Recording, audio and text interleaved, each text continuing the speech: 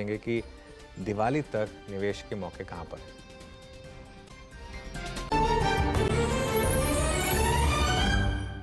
Welcome back. Diwali की रौनक अब हर जगह नजर आ रही है, बाजार में भी तेजी की बहार लौट आई है। इसलिए अगले कुछ दिनों तक हम बाजार के दिग्गजों से समझेंगे कि दिवाली पर निवेश के मौके कहां हैं। इस अगले संवत में कौन सी थीम कमाल करेगी।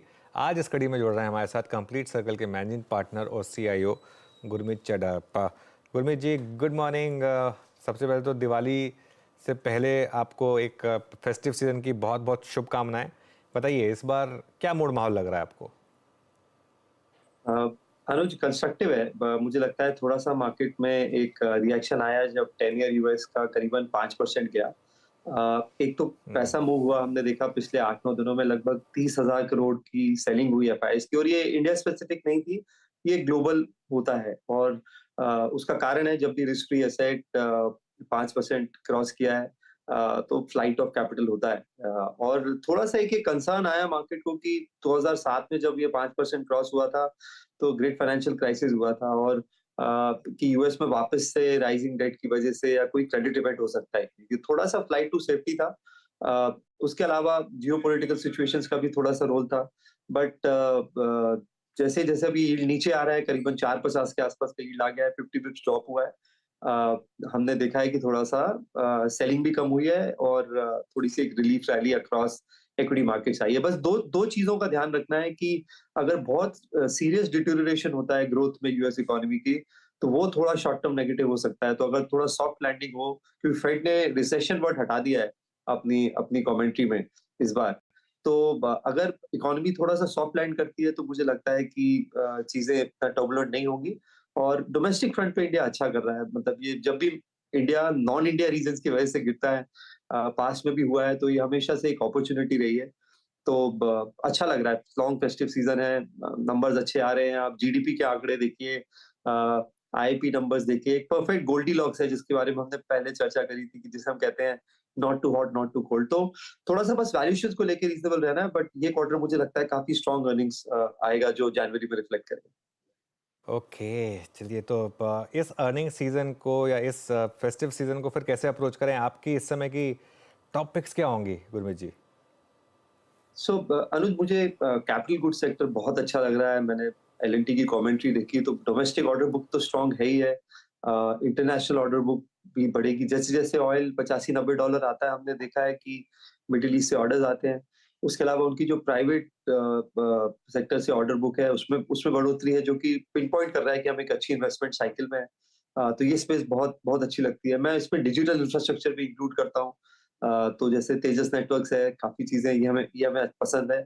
होम इम्प्रूवमेंट मुझे लगता है बहुत स्ट्रांग फुटिंग पे है। हमने अभी पीछे देखा, बॉम्बे में अक्टूबर में रिकॉर्ड रजिस्ट्रेशन हुए हैं प्रॉपर्टी के, और स्टैम्प ड्यूटी कलेक्शंस बढ़ रहे हैं। एक वो वीडियो भी वायरल हुआ सोशल मीडिया में कि लोगों की लंबी क्यू लगी हुई थी 1.5 से 2 करोड़ अपार्टमेंट के लिए। वो मुंबई का नहीं था, वो कहीं किसी और रीजन का था। तो मुझे लगता है new housing as well as जो होम इम्प्रूवमेंट है, ये स्ट्रांग रहेगा। पाइप मेकर्स हैं जैसे एपीएल अपोलो है, जेटीएल है, पॉलीकैप में हम काफी समय से निवेश किए हुए हैं। कुछ मुझे लगता है tile makers, sanitary ware makers में भी आपको देखने को मिलेगा, और होम फाइनेंस कंपनी जो स्पेशली अफोर्डेबल होम फाइनेंस में है। होम फर्स्ट हमारा हमारा पसंदीदा है। तीसरा मुझे लगता है कि ये फेस्टिव सीजन कंजम्पशन के लिए बहुत अच्छा रहेगा। तो थोड़ा सा रूरल कंजम्पशन, जो कि थोड़ा सा सॉफ्ट पॉकेट है इकोनॉमी का, वहां पे आपको थोड़ा सा तेजी देखने को मिलेगी। स्टेट इलेक्शंस है, एमएसपी बड़ा है, क्रॉप सीजन है, काफी सारी चीजें कंबाइंड है फेस्टिव सीजन के साथ। बजाज और टीवीएस की मैनेजमेंट ने बोला कि टू व्हीलर सेल्स की अभी तक की अच्छी ओपनिंग हुई है फेस्टिव सीजन की। धनतेरस के नंबर मैं देखना चाहूंगा।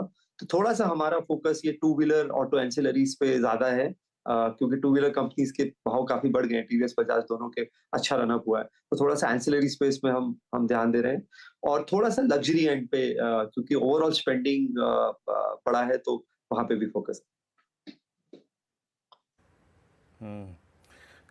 गुरमीत जी, कोई पटाखा या बम टाइप का है आपके पास? हालांकि आप पीएमएस में हैं, आपके पास पहले से ही ऐसे पटाखे हैं। पॉलीकैब था, है ना? अभी है कोई ऐसा? मतलब अब पॉलीकैब पे यहाँ से पैसा बनाना तो मुश्किल है। I mean, it will take time. कुछ ऐसी ही फाइंडिंग लोअर लेवल्स पे किसी मिड कैप स्मॉल कैप की हुई हो, अगर बताएं तो, जो ऐड किया हो पोर्टफोलियो में? इसमें क्या होता है, आप पटाखे भी आपको पूरा एक बास्केट बनाना पड़ता है, तब आपको पता लगता है कि कौन सा अच्छा निकला है 5-6 ट्राई करने के बाद। पोर्टफोलियो भी वैसे ही है पीयूष जी।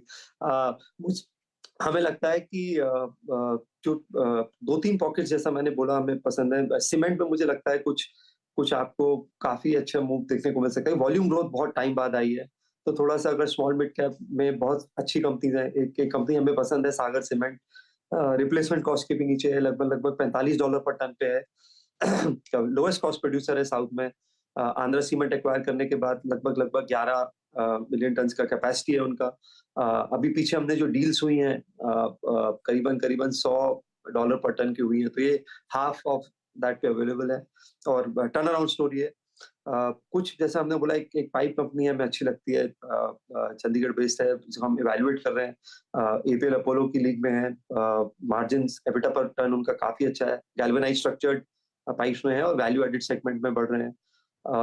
और उसके अलावा कुछ कंज्यूमर स्पेस में हमें जैसा हमने बोला अच्छा लगता है। कुछ एक ज़ोमैटो के नतीजे बहुत अच्छे लगे। मैं उसको भी पटाखा नहीं बोलूँगा, बट कंट्रीब्यूशन मार्जिन बढ़ रहा है, ग्रॉस ऑर्डर वैल्यू बढ़ रहा है और जो रिपीट कस्टमर्स हैं, फ्रीक्वेंसी ऑफ ऑर्डर्स और रिपीट कस्टमर्स दोनों बढ़ रहे हैं। अच्छा इंडिकेशन है। तो अगर ये क्विक कॉमर्स बिज़नेस को अगर क्वार्टर 1 में नेक्स्ट ईयर के टर्न अराउंड कर देते हैं, एबिटा ब्रेक इवन करते हैं, तो स्टॉक स्टॉक अच्छा कर सकता है। तो ये एक हमें न्यू एज बिज़नेस है जिसको हम ट्रैक कर रहे हैं। हमने इन्वेस्ट नहीं किया है, मैं डिस्क्लेमर देना चाहूँगा। But of all the new age businesses ये एक हमें अच्छा लग रहा है। और डिजिटल इंफ्रास्ट्रक्चर थीम जैसा मैंने बोला, मुझे लगता है कि इंडिया काफ़ी लीड कर रहा है।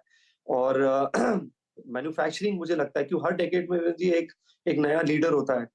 हमने देखा कि 90s में Tata steel, ACC old economy stocks थे। 2003-7 में इंफ्रा था, फिर बैंक्स आए, फिर आईटी आया।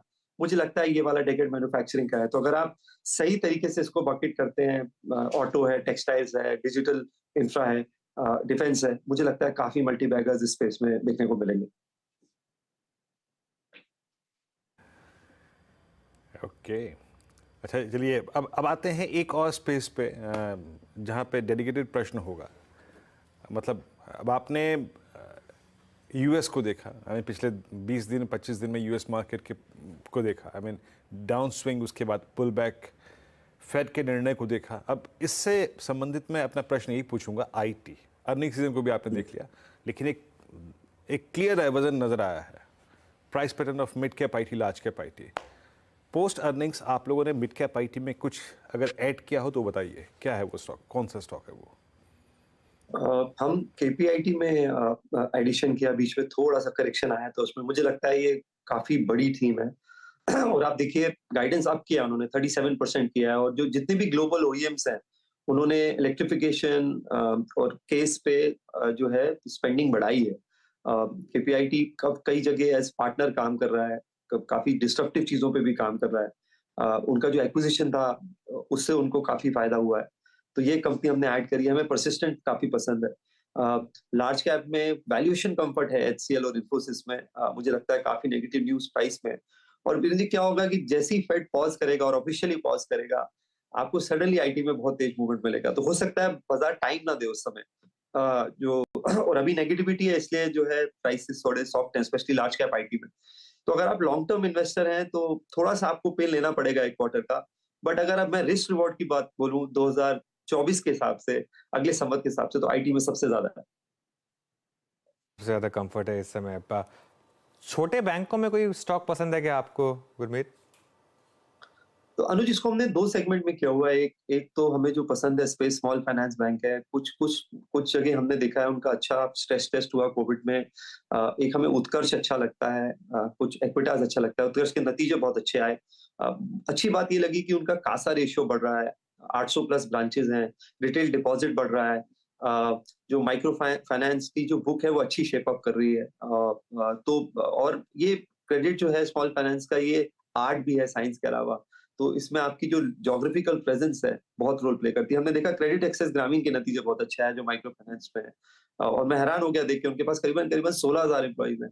हर ज्योग्राफी में उनके पास लोग होते हैं जो क्रेडिट स्टडी करते हैं, बिहेवियर स्टडी करते हैं, नेटवर्किंग करते हैं। तो ये बिजनेस बहुत डिफिकल्ट है, दिखने में बहुत सिंपल लगता है। और कुछ हमें टर्न अराउंड बैंक्स हैं जो हमें लगता है कि जो अभी भी, जैसे हमने आईडीएफसी फर्स्ट में टर्न अराउंड देखा जब 40 रुपीस के आसपास था, लीडरशिप चेंज हुआ। हमें कुछ हद तक वो फेडरल बैंक में देखने को मिल रहा है, नतीजे अच्छे हैं। एनबीएफसी की वैल्यू अनलॉकिंग है, रिटेल की तरफ बुक बढ़ रहा है, एसएमबी बुक अच्छा शेप अप कर रही है, लाइबिलिटीज पर फोकस है। तो फेडरल बैंक हमें अच्छा लगता है। तो ये एक पोर्टफोलियो का हमने कॉम्बिनेशन किया है।